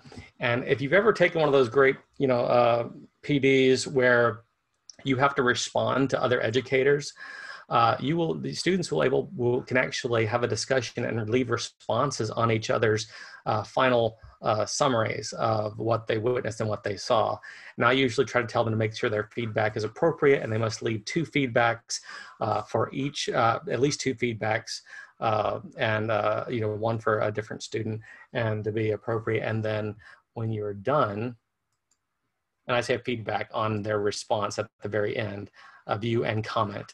Use the word clouds and pictures. The following situations provide 2 of your classmates with thoughtful responses on what they saw. So these are some of my students who have written, with the passing of the Nuremberg laws in 1935, Jewish Germans were limited to where they could go for simple services. Now, and then you would leave a comment or a feedback on one of these, on any one of these that you thought was appropriate, and then you'd hit finish and submit. And these lessons are really well put together. When you're done as the teacher, you can go back to your students in groups. If you're feeling really bold, you can build your own activity. But you can click on your period. And usually what you'll do is you can see your students. I don't have any students that have anything they're working on right now because I don't have any students. But my older ones, it shows you if they've completed the activity or not, and you can check their progress by clicking on check progress, and it shows you what they wrote as their answers. And you can add a comment right here under each box. I'm glad I picked Ava because Ava always did all of her work. And you leave their responses as an educator at the end. You leave an overall comment and a grade, and you hit submit and save, and it sends the student a little summary.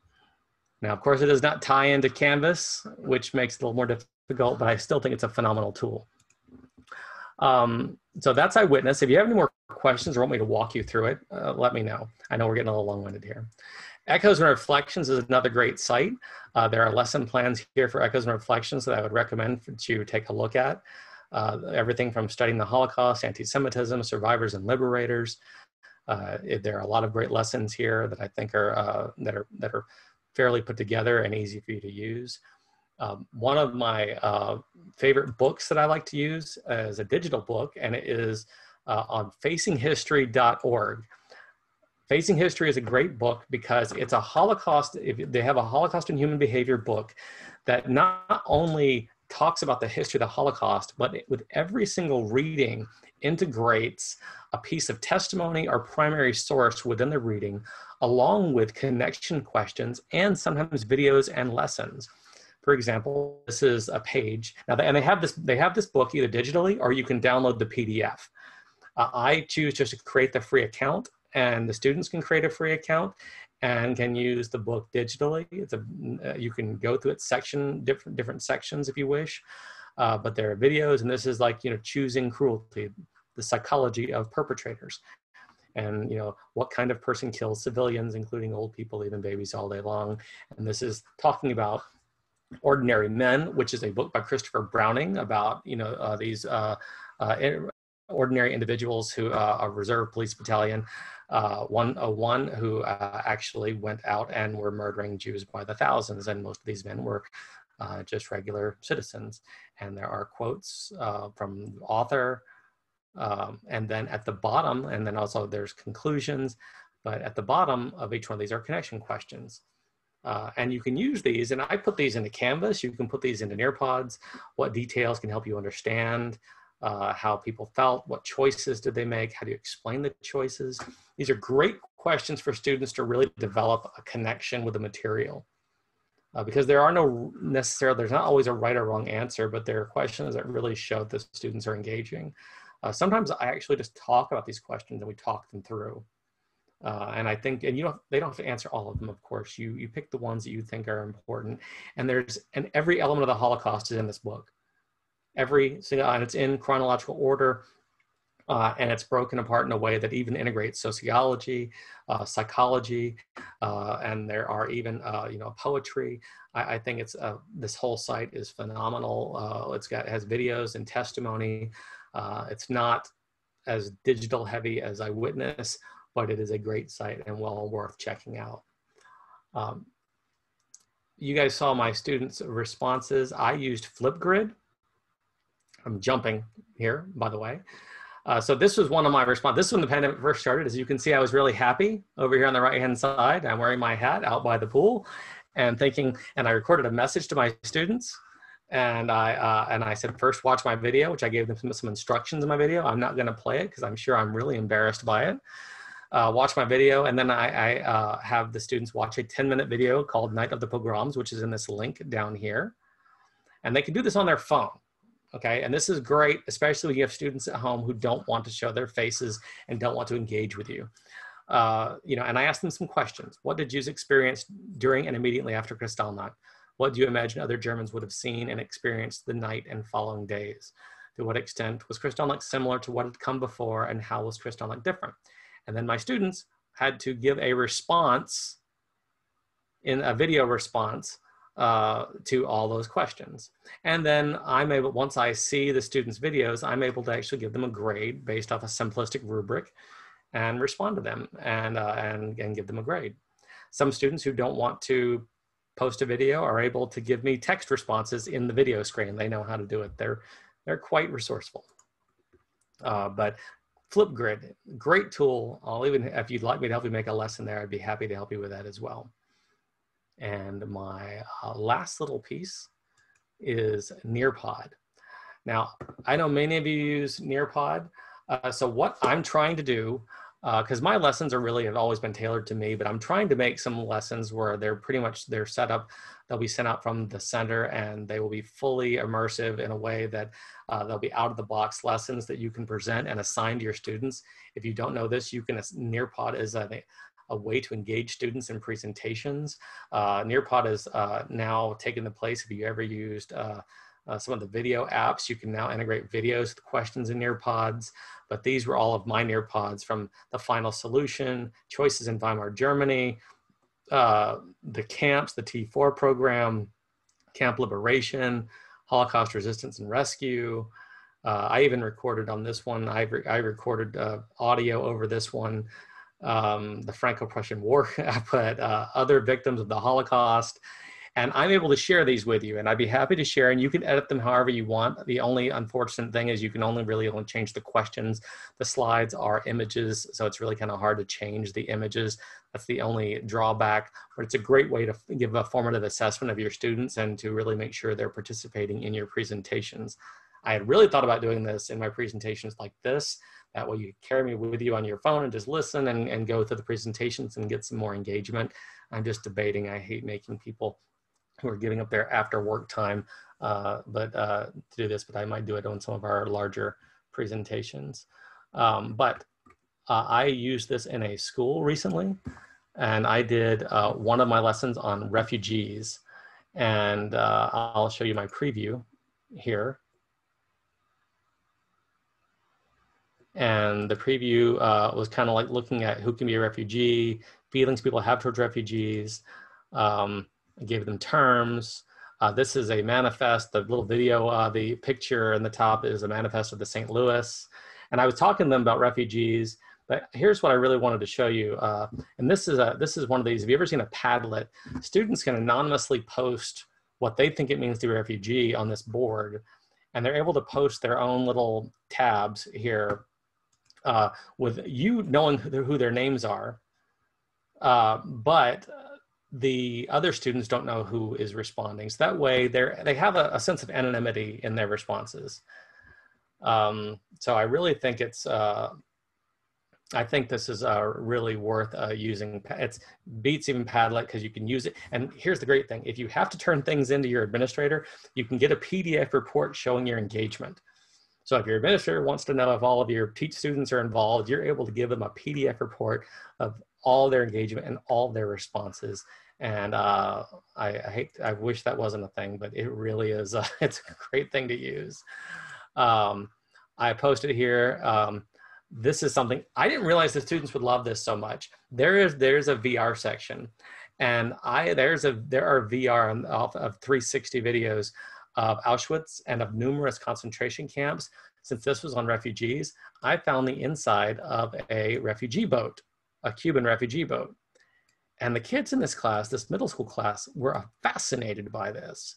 And I asked them, I said, so how many people do you think, look around, could fit in this boat? And the kids would say 11, 12, 7, 8.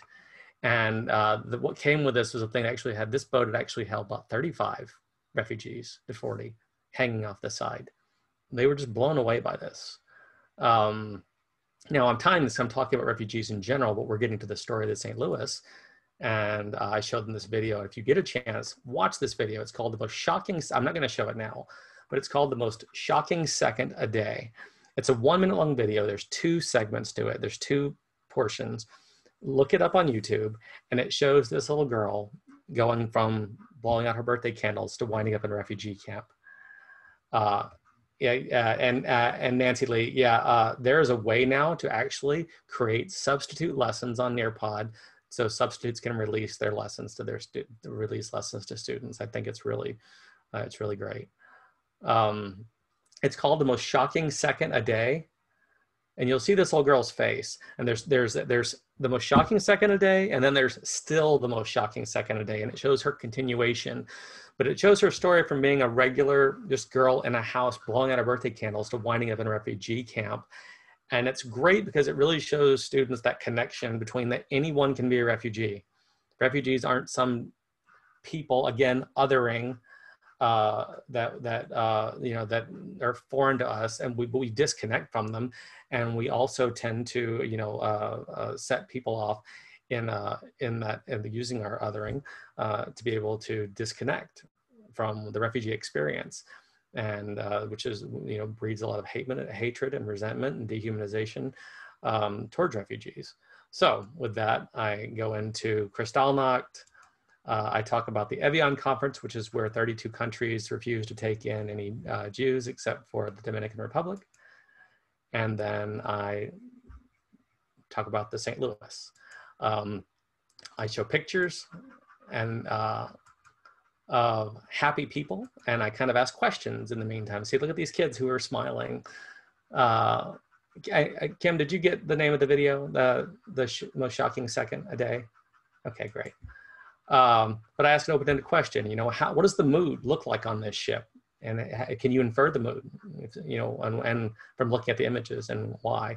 And then we create a dialogue and we talk. I have a video, it has Saul Messinger and his journey on the St. Louis. I show the map. Now you can also do drawings on this as well, where you can let the kids trace the routes. I did not do that because I had a time limit, but you know, I thought about this being stuck in queue, but this is just this is one of my most recent ones I actually made in the center. The other ones, the other Nearpods I have are all mine. I made for my classes. And sometimes some of the stuff I make just for me might only be understood by just me, but I'd be happy to share it with you. And as I create new ones that are a little more geared towards what we're trying to push out from the center, I'd be happy to share them with you. But this is Nearpod in a nutshell. And if you'd like me to sit with you and you know, create a Nearpod with you, you know, this is I'll be happy to help you do that. And if you want me to just to make one for you or share one with you, I'll be more than happy to do that. And I'm going to skip off of Nearpod, but last thing, this is a great worksheet: assessing and defining responsibility. Seeing what your kids think, giving this to your kids. If there's a way, if you have I was going to create this in a Word document or in a PDF that they can, or even maybe in a Nearpod, where you get to see the kids get to see, get together in groups, and you can do this on, you can use, oh, by the way, you can use the Nearpod that you use with I pick everything that's involved for the free version of Nearpod. That way you can use it. There are certain elements that are paid. We do have the district version, but everything that I do with the free version. That way all teachers can use it as long as they have an account. But these are great, you know, looking at responsibility. What do you think how do you think people are responsible as far as, and there are different, if you look in here, a person who turned the lever to allow the gas from the gas chambers, a driver to the trains that went to the concentration camps. And I let the students discuss, after they fill out the sheet, I let them have a discussion and compare their responses. And even in a Zoom, if you're able to put people into breakout groups, letting them have these discussions is a great opportunity for them to really, I mean, when I had full classrooms, they would get into arguments over who was most responsible. And some people would call them choiceless choices.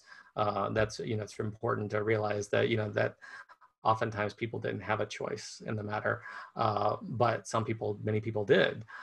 So, you know, letting them kind of break that apart and understand human nature and, you know, again, humanizing these individuals. And last thing, this is something I found earlier called Thing Link. I will send this to you, but it's kind of like where you can find a picture, if you will, and you can put little points all over the picture. And when you click on those points, you can put pieces of information. So you could kind of create a scavenger hunt if you want, where there's videos and information, and have kids find the right information. If you only have a moment to teach about the Holocaust. And I think this is really interesting because you can find other pictures, maybe on Kristallnacht, the St. Louis. I might try to make a few. I haven't made any yet, but I think it's worth giving a shot. And you can also do 360 videos like this. And if you get a chance to do it, I mean, it's a great way to like really kind of teach literacy as far as like document analysis with primary sources like photographs, because you can put these on certain points of the photographs and really accentuate certain elements, or even have students create them, because students can create these and you can have them dissect the photograph, which I think really creates that learner-centered environment and helps go to that. So I'm going to go back to finish this whole presentation, and that way we can be done and you guys can be able to go eat dinner. I've gone through most of this. You know, the lessons that we have are in chronological order on the site. Interactive testimony, I've kind of gone over this for Eyewitness, and I'm trying to go fast, but I have already covered all of this. Students can leave feedback in Eyewitness. Facing history, critical thinking questions are posted. They are able to get diary entries, videos, images, lessons are available. You know, so which of these resources do you think will be most beneficial to you in your classes? If you could just let me know which one do you think will be most beneficial as I go through the next ones. All the ones that I covered, which one?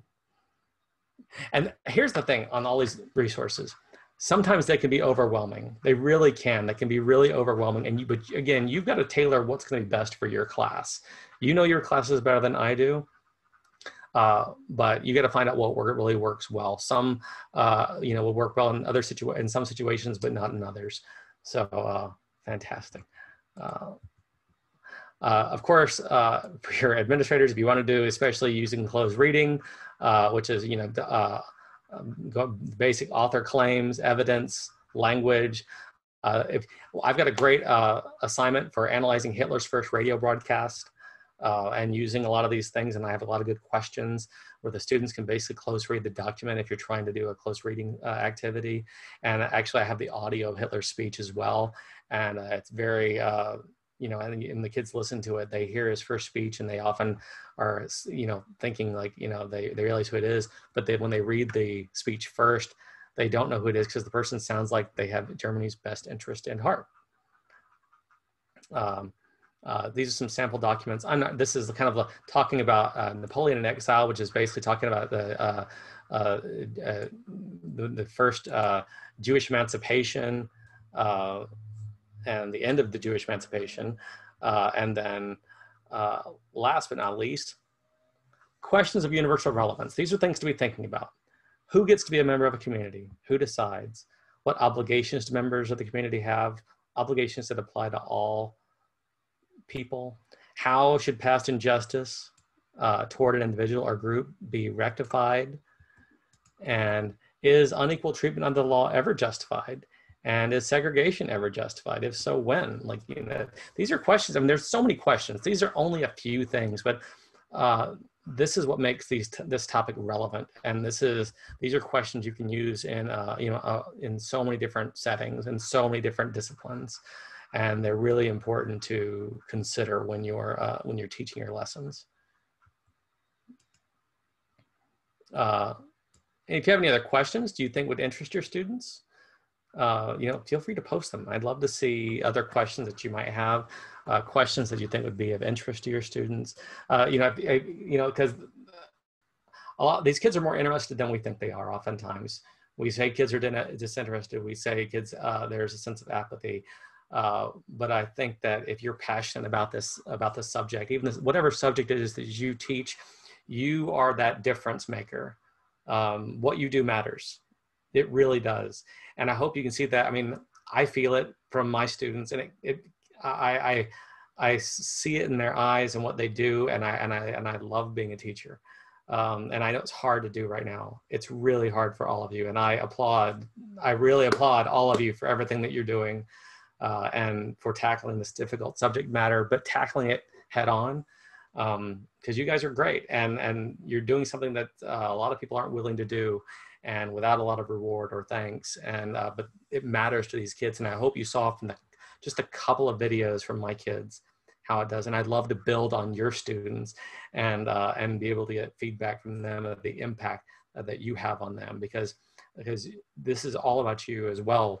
How you impart this information to those students. And your passion, because they see it, they feel it, and they can tell. And I think it's really important. Thank you very, very much for participating. It is 6 o'clock, so as I promised, on my screen, I tried to make these as easy as possible for you to access. I have a feedback form. I'd love to get your feedback if you could. HEW is Holocaust Education Week. Tiny URL, HEW feedback. I'd love to get your feedback. For the resources I've spoken about, HEW resources. Again, that's about as easy as I can make it, because I can't give you the links right now, but there are a couple of documents, and if you're missing anything or don't have access to something, you reach out to me and I will be happy to get right back with you.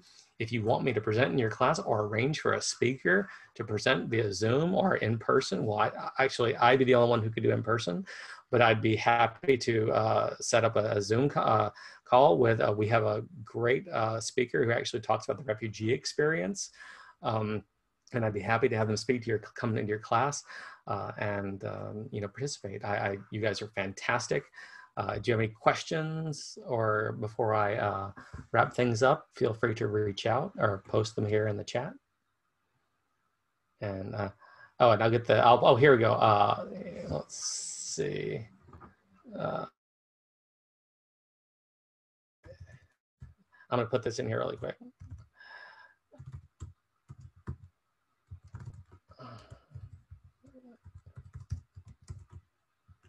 Okay, that's for my feedback. And then the other one is,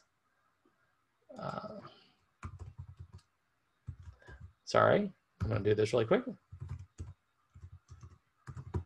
See, I'm already messing up.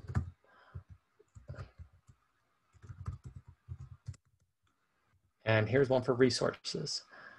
And then my email is spoynor, SPOYNOR, at holocaustedu.org. And that is where you can reach me. And I will, you can also see here, spoynor at holocaustedu.org. You can also reach me at stephen.poynor@ocps.net. And I try to make myself as accessible as possible. If you need anything, I'm always here. Our next presentation, of course, we have our interview with Peter Feigl.